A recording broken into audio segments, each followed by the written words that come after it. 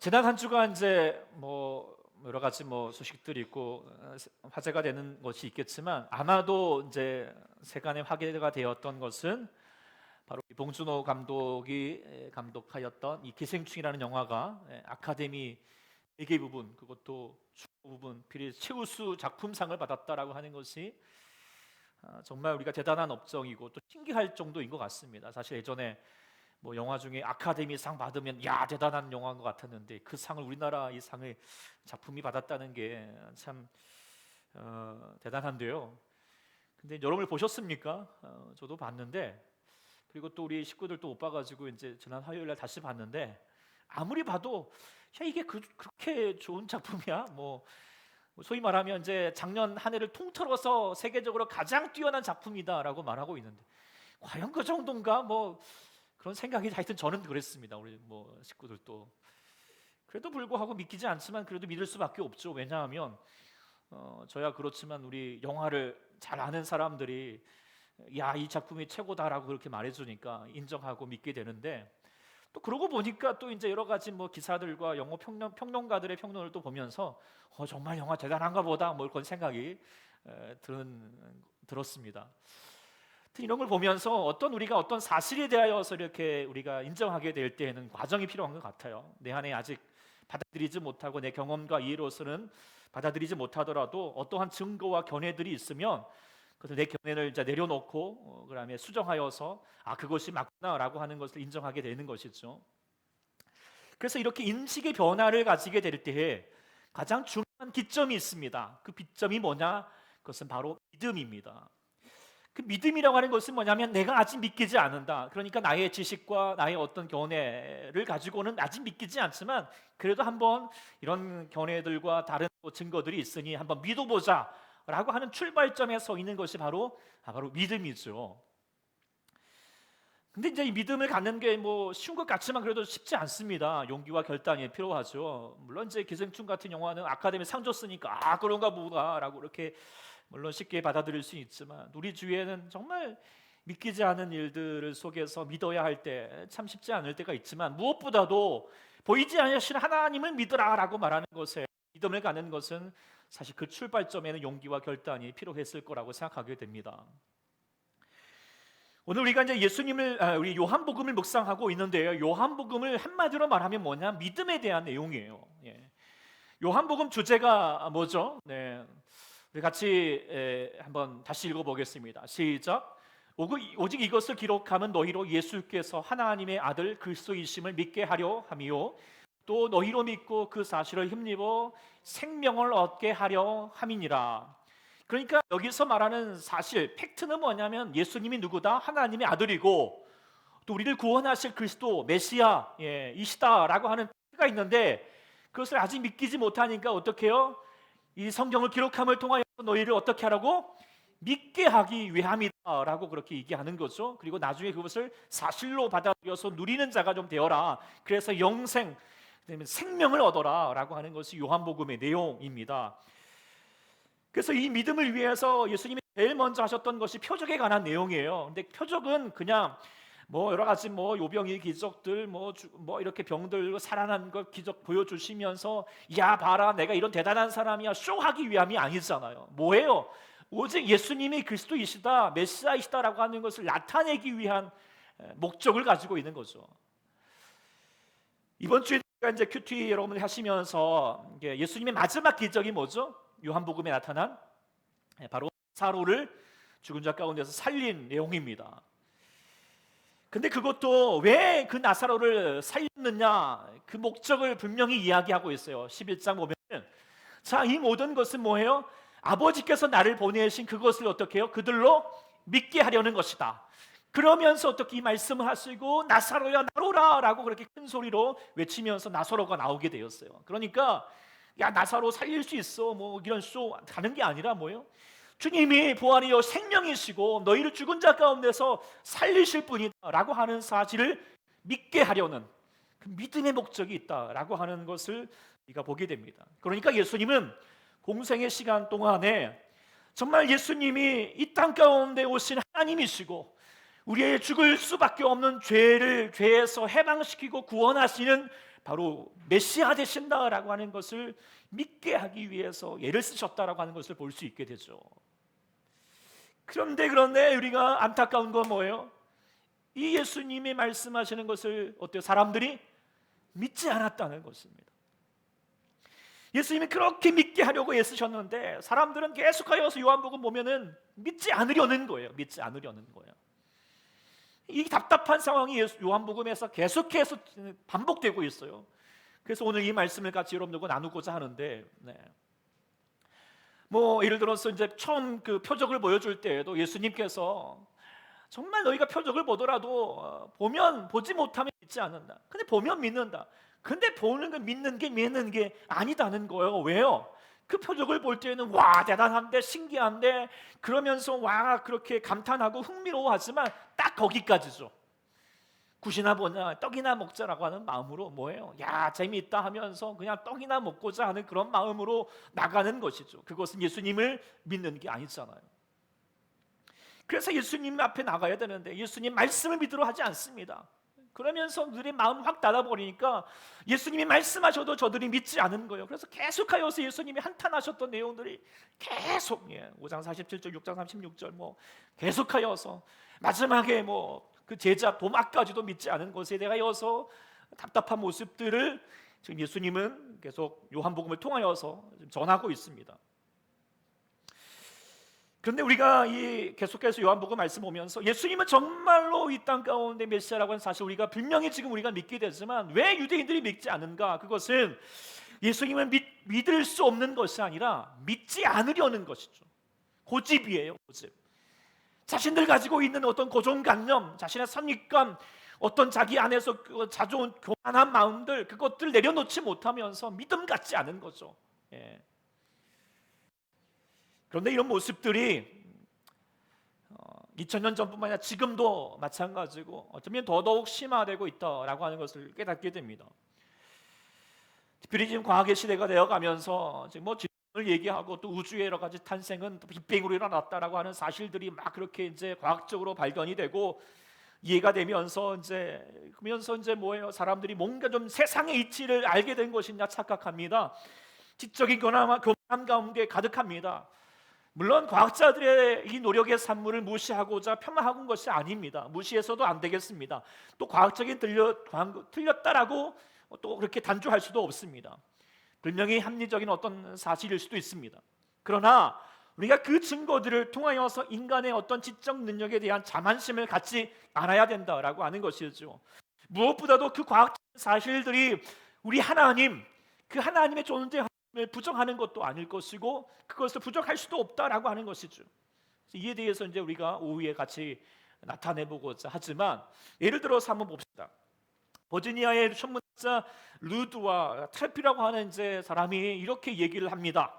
자, 이 우주 어느 곳에서든지 생명이 살 확률은 몇 분의 무엇이냐면 10억 분의 1이다. 이거는 뭐 그냥 수를 세는데 이게 하여튼 가능하지 않은 거죠. 지구상의 특별히 지구상의 생명이 지금 존재하는데 지구상의 생명이 우주 어느 곳에도 다시 재현될 수 없는 엄청난 사건이다. 그러니까 지구에 이렇게 여러분들 지금 이렇게 살게 있는 거를 전 우주를 돌아보아도 이런 환경이 될 수 있는 것은 확률상 어떻게 해요? 거의 기적에 가까운 거예요.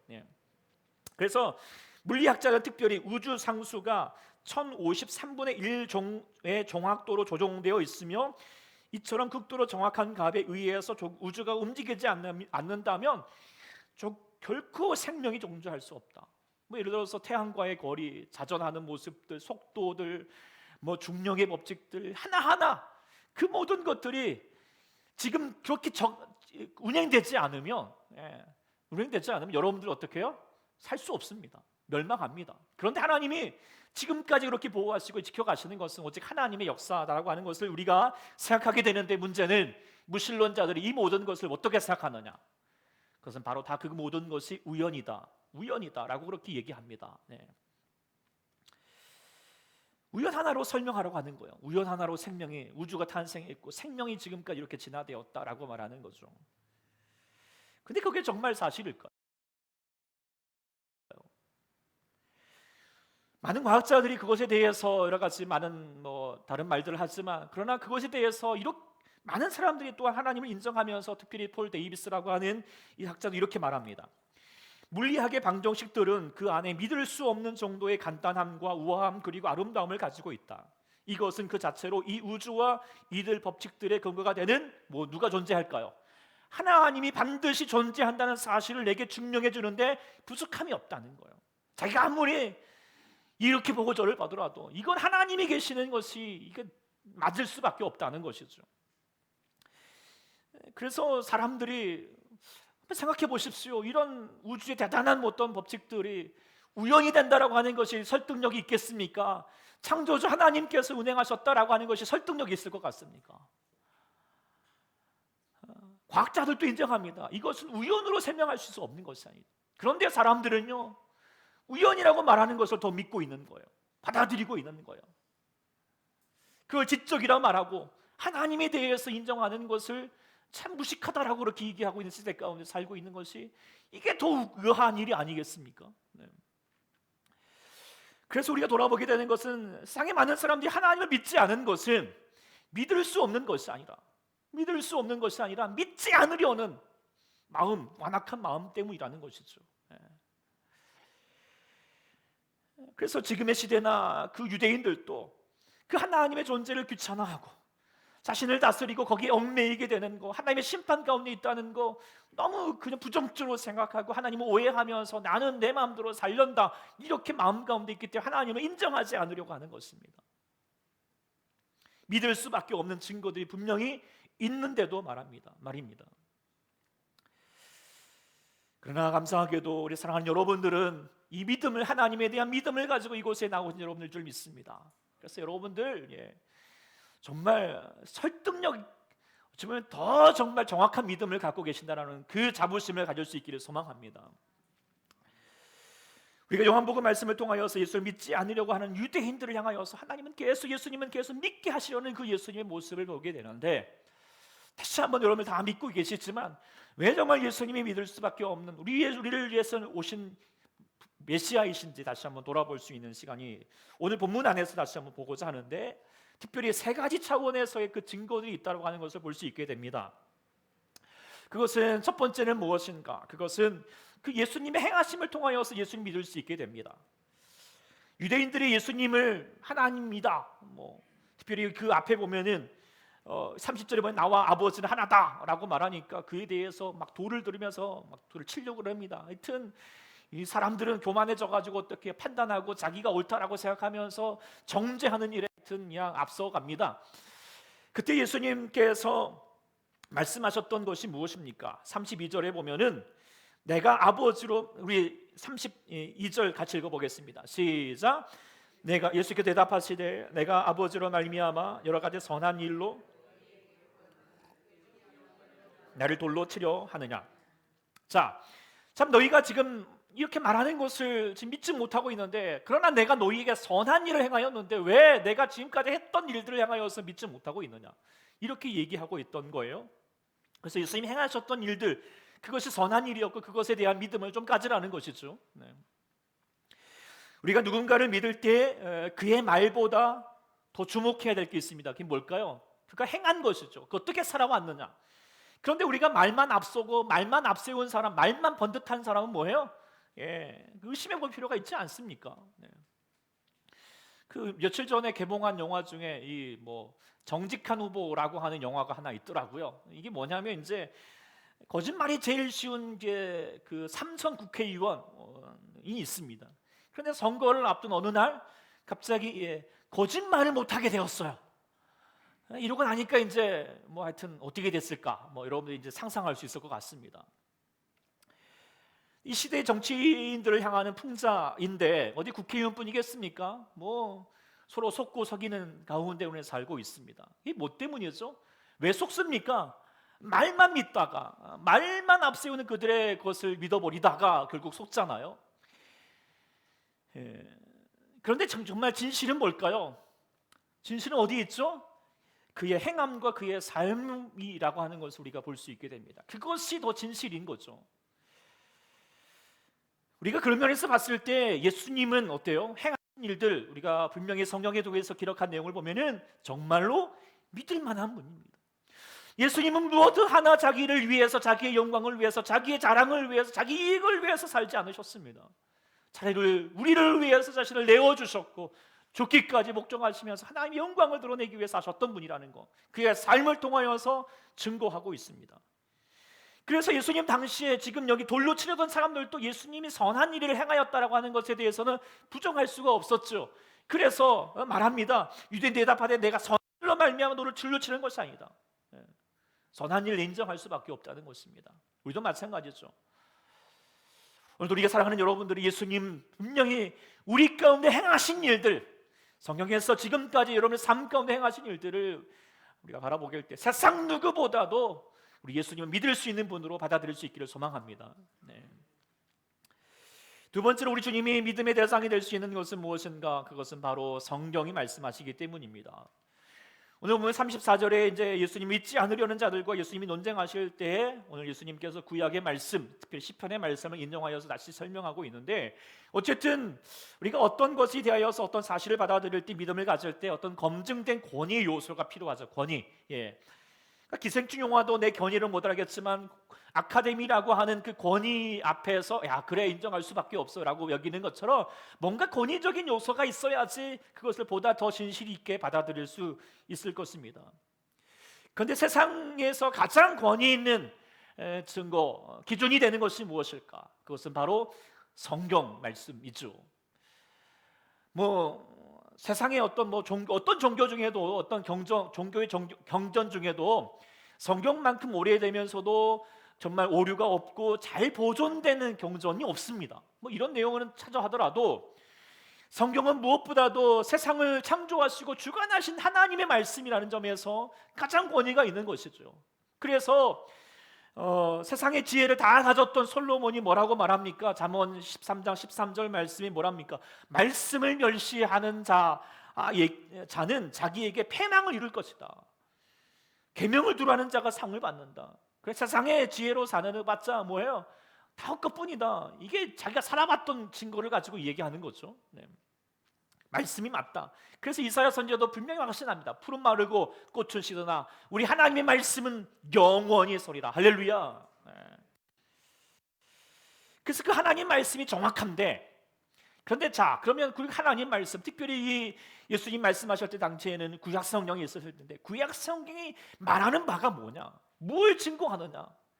그것을 보니까 우리가 쭉 보면서 알게 되는 것이 무엇입니까? 구약 성경은 누구에 대해서? 예수님에 대해서, 오실 메시아 예수님에 대해서 증거하고 있더라고 하는 것을 우리가 알게 됩니다.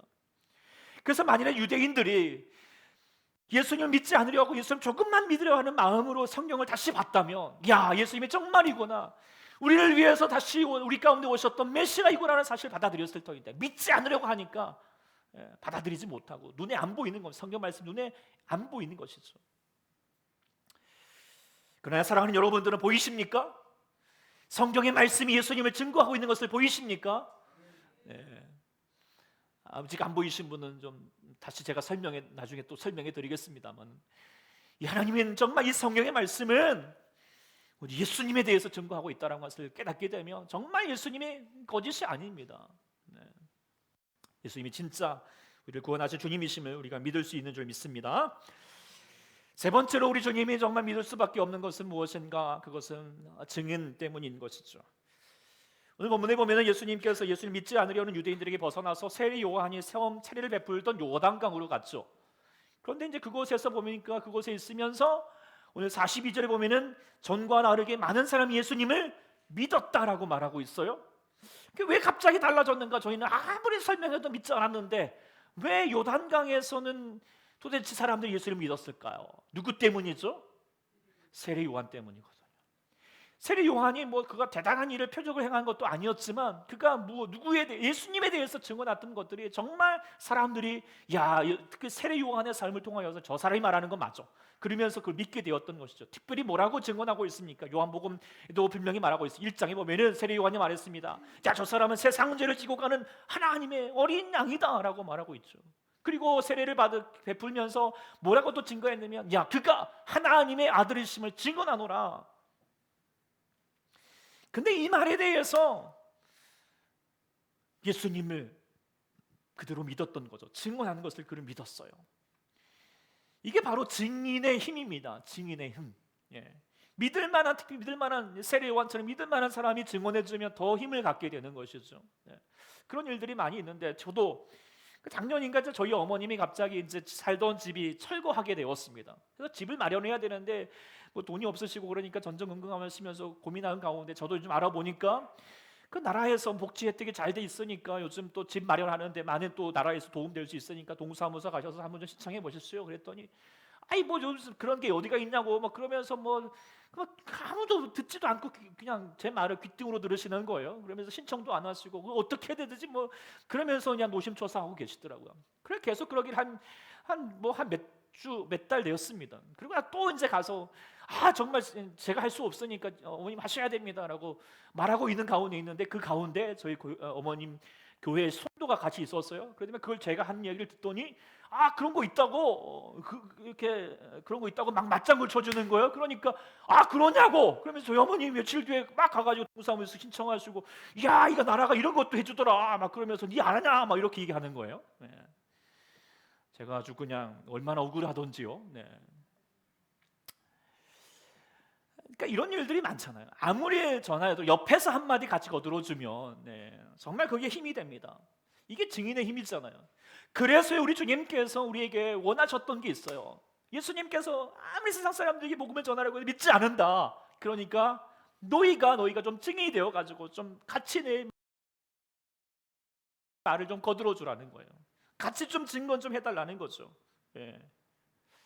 이게 주님께서 원하셨던 바임을 우리가 깨닫게 됩니다.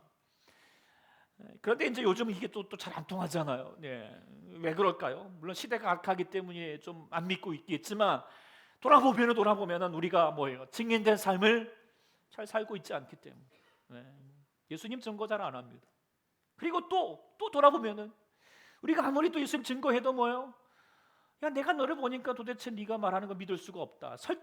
우리의 삶의 모습을 통하여 설득력을 안 가는 것은 아닌가? 교회가 지금 이런 모습 가운데 있는 것이 때문에 지금 교회가 이런 힘이 없는 것이 아닐까 생각하게 됩니다. 안타까운 거죠. 그런데 오늘 본문에 나타나는 이 세례 요한은 그런 면에서 정말 귀감이 될 만한 분이고, 또 세례 요한뿐만 아니라 수많은 믿음의 선배들이 자신의 삶을 던져서 예수님이 진짜다라고 하는 것을 증언하였어요. 그리고 그래서 수많은 사람들이 예수님을 믿게 되었던 것이 아닙니까? 그렇다면 우리들도 우리가 주님의 증인으로서 살아야 할 줄 믿습니다. 그래서 정말 무사람들에게 정말 여러분들이 내가 예수님에 대해서 잘 모르겠지만 당신이 전하는 예수님을 내가 보니까 당신 말을 보니까 내가 믿을 수 있을 것 같다. 나도 예수 믿어야겠다. 그런 은혜가 있기를 소망합니다. 하여튼 이 증인의 증인, 예수님 말씀이 아니라 그 예수님을 함께 생활하여 같이 공존하였던 수많은 사람들이, 또 예수님을 믿었던 사람들이 그의 삶의 모습들을 통하여서 예수님이 진짜다라고 하는 사실을 우리가 믿을 수밖에 없습니다. 그들이 무식한 사람들도 아니고 그냥 맹목적인 사람들도 아니었습니다. 예수님 정말 믿어보니까 정말 믿을 만한 분이라는 것을 증거하고 있다는 것이죠. 그래서 우리가 예수님을 보면 우리가 정말 예수님을 잘 믿기를 잘한 거죠. 그렇죠? 예수님이 진짜잖아요. 예수님 행하셨던 내용을 보더라도, 예수님이 예수님의 성경에서 말씀하신 걸 보더라도, 예수님께서 예수를 믿었던 수많은 사람들의 증인된 삶의 그 증언을 통하여서라도 예수님이 정말 믿을 만한 사실인 것을 우리가 정말 더 확신하게 되고 믿게 되는 줄 믿습니다. 그런데요 이것만으로 부족하더라는 거예요. 여기에 하나 더 채워야 되는 게 있습니다. 그게 뭐냐? 그것은 바로 성령님의 역사하심입니다. 성령님의 역사가 필요하다는 거예요. 이에 대한 내용이 요한복음 3장에 나옵니다. 그리고 그 뒤에서 계속 얘기합니다. 그들이 분명한 증거가 있습니다. 믿지 않는 거예요. 그것은 그들이 성령님의 역사함을 누리지 못하였죠. 특별히 요한복음 3장에 보면은 바리새인, 공부 꽤나 했던 바리새인 니고데모가 나와서 예수님, 너가 정말 거듭남에 대해서 얘기하니까 뭐라고 했죠? 그래요? 그럼 내가 어머니 뱃속에 들어가야 됩니까? 이런 무식한 말을 하고 있습니다. 그때 예수님이 하셨던 말씀이 뭐예요? 물과 성령으로 거듭나지 않으면, 네가 새 사람 되지 않으면, 성령 안에서 다시 거듭나지 않으면 너 하나님 거듭나지도 못하고 이거 이해 못해. 이렇게 얘기하고요. 요한복음 3장을 한번 좀 보시면, 그러면서 그런 얘기를 쭉 하시다가 그 뒤에 어떤 얘기를 하시냐면 13절 보면은 어떤 사건을 이야기합니까? 출애굽기 노뱀 사건을 이야기했습니다. 이게 그냥 하신 말씀이 아니에요. 노뱀 사건 여러분 잘 아시죠? 노뱀 왜 일어났습니까? 이스라엘 백성들이 출애굽하여 가지고 광야를 걷다가 계속 광야 가운데 있으니까 먹을 게 없으니까 왜 먹을 게 이게 없냐, 또 만나 이거 맛없네. 그러다가 나중에는 아유 고기 먹고 싶어, 내가 애굽에서는 고기도 먹었는데 야 차라리 나 애굽으로 갈란다, 뭐 이런 식으로 하고 있으니까 하나님이 참다가 이놈이 안 되겠다 싶어가지고 그냥 그 뱀에게 그냥 물려가지고 이제 속에 물려서 퍼져가며 죽어가고 있어요. 그래서 하나님이 또 그거 안타깝게 얘기쳐가지고 야 안 되겠다 모세야, 노스로 노철사로 뱀을 만들어서 저 그 노뱀을 보는 사람은 다 살게 될 것이다, 이렇게 전해줬어요. 그랬더니 사람들이 그래? 그러면서 이 노뱀을 보면서 이렇게 독이 퍼졌을 때 다 치유돼 가지고 살아갔던 사람도 있는데, 그런데도 답답한 것은 안 보는 사람이 있었을까요, 없었을까요? 여러분들이면 다 봤겠지만 안 보는 사람이 있었어요. 왜 그랬을까? 돌아보는 거예요. 보기만 하면 사는데도 많은 사람이 안 봐서 죽는 거예요. 그것은요 믿으려 하지 않기 때문이었어. 아니 내가 뭐 복배 본다고 사는 거야. 치료를 해야지, 병원을 가야지. 차라리 그 시간에 내가 병원 가서 내가 치료하는 게 낫지, 이렇게 생각했을 거예요. 그리고 자존심의 문제 있어. 야, 노뱀을 쳐다보는 것은 자신이 잘못하는 것을 인정하는 거거든요. 그리고 예수님이 하나님께서 처방하신 내용을 받아들이는 거잖아요. 그러니까 내가 지금까지 그래 내가 뭐 애굽에가 더 나은 건데, 이런 마음들의 고집들을 꺾지 않은 거죠. 회개하지 않은 거예요. 그래서 자신의 방법과 지식을 의지하다가 죽어가는 거예요. 아무리 모세가 설명하고 야 너 정말 저 노뱀을 보면 산다니까, 그리고 그 노뱀을 보고 살았던 사람들이 옆에서 야 정말 보기만 하면 산다니까 라고 아무리 얘기를 해도 믿지 않으려 하니까 귀를 확 닫아버리면서 죽어가는 것입니다. 이런 답답한 인간의 고지와 무지함을 깨트리려면 누가 있어야 되냐? 성령님의 역사가 있어야 된다는 거예요. 사람의 얼마나 완악한지 하나님이 감독해 주셔야 된다는 것을 다시 설명해 주고 있는데요. 그러면서 주님께서 이어서 하신 말씀이 뭐냐면 14절의 말씀에 이렇게 되어 있죠. 모세가 광야에서 뱀을 딘 것 같이 인자가 들려야 하리라. 인자는 누구입니까? 예수님이죠. 예수님이 들려줘야 된다. 노뱀처럼 들려줘야 된다. 뭘 얘기하고 있는 걸까요? 바로 십자가 사건을 얘기하고 있는 거예요. 십자가 사건이 뭐냐? 바로 죽어가고 있는, 뱀에 물려 죽어가는 것처럼 죄로 말미암아 사단으로 말미암아 죽어가는 너희들을 살리기 위해서 예수님이 십자가 위에서 들려지고 있다. 그리고 그것을 어떻게 해요? 믿는 자마다 영생을 얻는다. 다시 산다. 죽어가는 네가 살 수 있다. 그러면서 예수님이 하셨던 말씀, 아주 중요한 말씀 같이 읽어봅시다. 시작. 하나님이 세상을 이처럼 사랑하사 독생자를 주셨으니 이는 그를 믿는 자마다 멸망하지 않고 영생을 얻게 하려 하심이라. 그 17절에 의하면 이것은 내가 아들을 세상에 보낸 것, 세상을 심판하는 것이 아니다. 그로 말미암아 세상이 구원을 얻게 하는 것이다. 그 무슨 말입니까? 예수님께서 십자가 위에 죽으신 것은 마치 광야에서 죽을 수밖에 없는 사람이 노뱀을 통하여 보는 즉시 사는 것처럼 예수님을 믿는 자마다 예수님이 나를 위해서 죽으셨구나, 나의 죄 때문에 죽으셨구나 라고 하는 사실을 믿는 자마다 그 죄에서부터 벗어나서 죽을 영혼이 살게 된다는 거예요. 그래서 예수님께서 이 땅에 오셨던 것은 심판하는 것도 아니었고 우리를 정죄하는 것도 아니었고 뭐 자기 자랑을 위한 것도 아니다. 무엇 때문에? 우리를 살리시려는 하나님의 그 놀라우신 그 사랑 때문이라는 거예요. 예수님이 이 땅에 오신 것은 사랑 때문이다. 너희를 사랑하기 때문이라고. 너희를 사랑하기 때문이라고. 제발 이것을 믿어달라는 것이죠.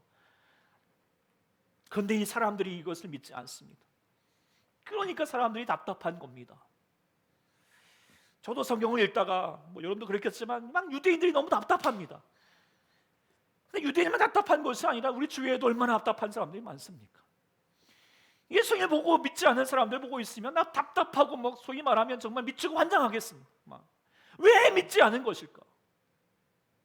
속에서 불이 납니다. 그러면서 제가 화요일 날에 이 말씀을 오면서 특별히 예수님께서 10장 38절에 하셨던 말씀, 내가 행하거든 나를 믿지 아니할지라도 그 일을 믿으라. 그 일이 뭘까요? 다른 것보다도 십자가, 그 십자가에서 행하실 일들, 그 십자가에서 행하실 일들, 노뱀처럼 들리신 죽을 영혼을 살리실 그 십자가의 일들을 좀 믿으라는 거예요. 왜요? 그걸 믿어야지 너희가 사니까요. 그걸 믿어야지 사는 거니까. 그래서 나를 믿지 아니할지라도, 그래 나 받아들이지 않아도 좋다, 너희가 나를 돌로 채워도 좋다, 그러나 내가 앞으로 십자가를 지고 저 골고다 향하여 나갈 것인데, 그 십자가 위에서 피를 흘리고 돌아갈 때 내가 너희를 위해서 너희를 사랑하기 때문에 보내셨던 그 하나님의 사랑을, 그 은혜로 말미암아 너희를 십자가에서 구속하신 그 은총을 믿으라. 그래야지 너희가 죽을 영혼이 산다, 지옥 갈 영혼이 산다, 제발 죽지 말고 살라 라고 하는 간곡한 마음으로 이 말씀을 하셨던 것을 생각해 보면은요, 그 하나님의 마음이 너무 절절해집니다. 뭐 이렇게 말해도 되겠지만 좀 너무 안쓰럽기도 합니다. 주님이 그렇게 호소하시는데 사람들은 믿지 않은 거예요. 믿지 않은 거예요. 사랑하는 성도 여러분들은 어떠십니까? 이 주님의 정말 호소에 공감이 되십니까? 나를 믿지 않더라도 그 십자가의 사랑, 그 십자가의 은혜를 좀 믿어라. 정말 여러분 예수님 믿으십니까? 그 십자가의 은혜를 믿으십니까? 그런데 여러분들 왜 정말 믿으시는데 왜 여러분들 때로는 우리가 믿는다면서도 십자가 사랑만으로 만족 못합니까? 세상 그래도 다른 거 주셔야죠, 이거 주셔야죠, 좀 내 성공 주셔야죠, 나 사랑한다면서요, 뭐 이렇게 말하는 우리들의 모습 있지 않습니까? 주님께서 정말로 나를 믿지 않을지라도 그 일을, 십자가의 일을 믿으라 라고 그렇게 호소하시는 것을 공감하신다면, 그렇다면 내 주위에 죽어가는 사람, 내 남편이 예수 믿지 않고 내 자녀가 믿지 않고 있음에도 불구하고 왜 우리는 그저 주저하고 있습니까? 그 주님의 말씀, 그 간혹한 말씀, 눈물의 호소 앞에 우리도 같이 동참하는 자가 되어야 하지 않겠습니까? 우리가 믿는다면서도 믿는 척이 아닐까, 믿는 척하는 것이 아닐까? 세상에서 뭐 영화도 아카데미상 받았다고 하면 아 정말이구나 그렇게 쉽게 믿고, 과학적인 증거들 뭐 그 들이대면서 이게 하나님 계신 것 같으냐, 이 우연이다라고 말해도 믿고 있는 세상 가운데, 아니 우리들도 그렇게 믿을 때가 있지 않나요?